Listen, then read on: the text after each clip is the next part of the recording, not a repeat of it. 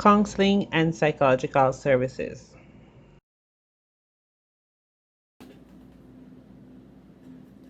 Hi guys, today I'll be talking to you guys about learning disability. Have you ever look around and see your kids and wondering, hey, he or she's a bright child, but for some reason, they are doing poor academically, or they have difficulty with spelling, or despite being very bright at times, they really have difficulty learning to learn new words. So those are the kids that are probably have a diagnosis of learning disability. So what is a learning disability? A learning disability is when someone has an average or an above average intelligence, but they really have difficulty in the areas of reading or reading related issues, or with math and math related issues. They may also have difficulty with writing.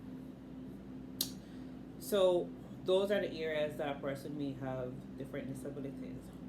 Or you may consider it to be dyslexic, since that is a more common term that you hear more around. Oh, my child is dyslexic, or probably have dyslexia.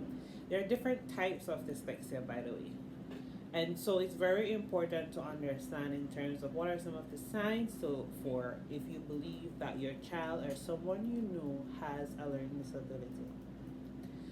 Not only children have learning disability, and I must say that sometimes some of us didn't get noticed while we were in school, but we still fight with it on a regular basis. For some, it may be easier to breeze through. I remember I had a friend that we were in junior college, and she would say, "I can't spell." But she was a very smart, bright girl. She did well academically, but she knew her challenge was with spelling. And so some people learn ways to adapt, and some, depending on the type of learning disability that they have, it may be impacted.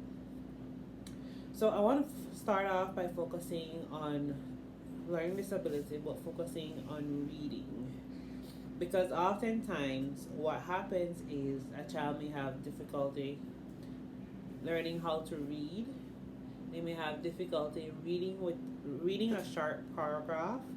So rather than spending 1 minute reading a paragraph for 2 minutes, they spend 10 to 15 minutes reading one particular paragraph.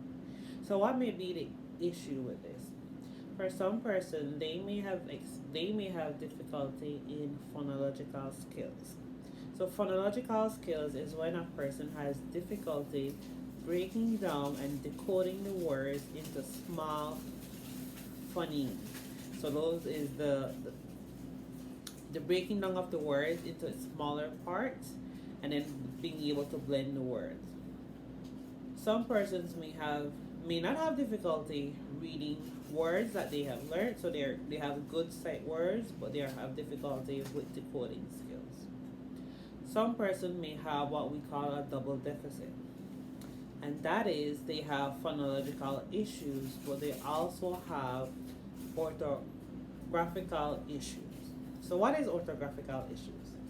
So orthographical issues is when a person has difficulty understanding the structure and the shapes of the words. When it's blended, it's more difficult, because we learn words, we learn symbols, we learn numbers by the shape. We learn how to put them together. We add value and meaning to it. And so when we have difficulty in those areas, it really does impact our reading skills. A person may have poor reading skills, but they may have good comprehension skills, and that's different. So you could have difficulty with reading, but it doesn't mean that your comprehension is compromised. So if someone is reading to you and your listening comprehension is good, so you're still able to understand. So you may notice you or your child teacher may say, well, when I ask him the question or ask her the question, she's able to give me the answer, but in the classroom, he or she does not complete the test. Oftentimes this happens because the child is aware that they have difficulty in this particular area, and so they would not want to write. So they don't produce any work, and so the teacher may give them a failing grade, but it's not because they don't understand the concept that is being taught, but it's the way that it's being assessed. Then there are also persons who have dysgraphia, and dysgraphia is another type of learning disability when a child has difficulty with writing. Now, writing is not just a basic task. Writing has many different components to it. Writing is just as important as talking, as comprehension, because the steps required for writing also needs planning, needs organizational skills, it needs all the skills necessary for reading and comprehension as well.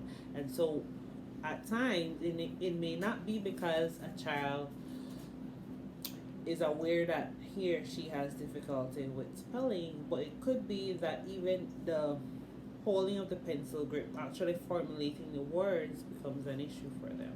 So it's very important to be aware that sometimes when your child doesn't really want to do the work, it's not always because they're being defiant, but sometimes it really is a challenge for them. And so I wanted to just to talk about it briefly so that you guys could have an awareness, because it is important. It impacts our children every single day. And so it's also, how are they clumsy? How do they pick up stuff? Do they use a scissors? Can they cut within a fine line? Can they color within the the drawings? So all of that is very important. Can they follow instructions? So if you notice, these are all interrelated skills, but depending on how it's manifested, it may impact their reading, it may impact their comprehension, it may impact their writing skills. Math is Having difficulty in math could also be a learning disability as well. I know we oftentimes say, well, math is my weakness. We don't like maths. But again, math is also a language. And I remember when I was in school, I had a teacher that said math is a language, and I'm like, what? But indeed, the symbols tells a story, has an explanation, and so it's understanding that component that helps us to understand how to translate numbers into understanding what is being asked. How can we comprehend the math problem solving, or even the math computations, and translating that into giving you a response. And so if you have any queries or concerns about this for your child or someone you know what are some things that you can do. For reading and reading related activities, I encourage you to check and see if your child know how to rhyme. Check and see if your child know how to blend words together. Check and see how long they take to read a sentence or two. Check and see how they write simple basic sentences. And if you're noticing weaknesses in these areas, then I suggest that you get your child assessed. If your teacher has been complaining about your child productivity despite acknowledging that your child is bright, I recommend that you get an assessment done. If you haven't heard anything from the teacher, but you're noticing that by the time your child reaches standard 1 and is still having difficulty in school, get your child assessed. If your child is in high school and you still notice that your child still hasn't picked up, because I know oftentimes we like to wait and say, oh, it's just a little bit slow, man, but you catch up, and you notice that your child still hasn't catch up, I recommend that you get assessed. It's always best to get an assessment, because when you get an assessment, you get to know for sure what is the issue with your child and what particular area.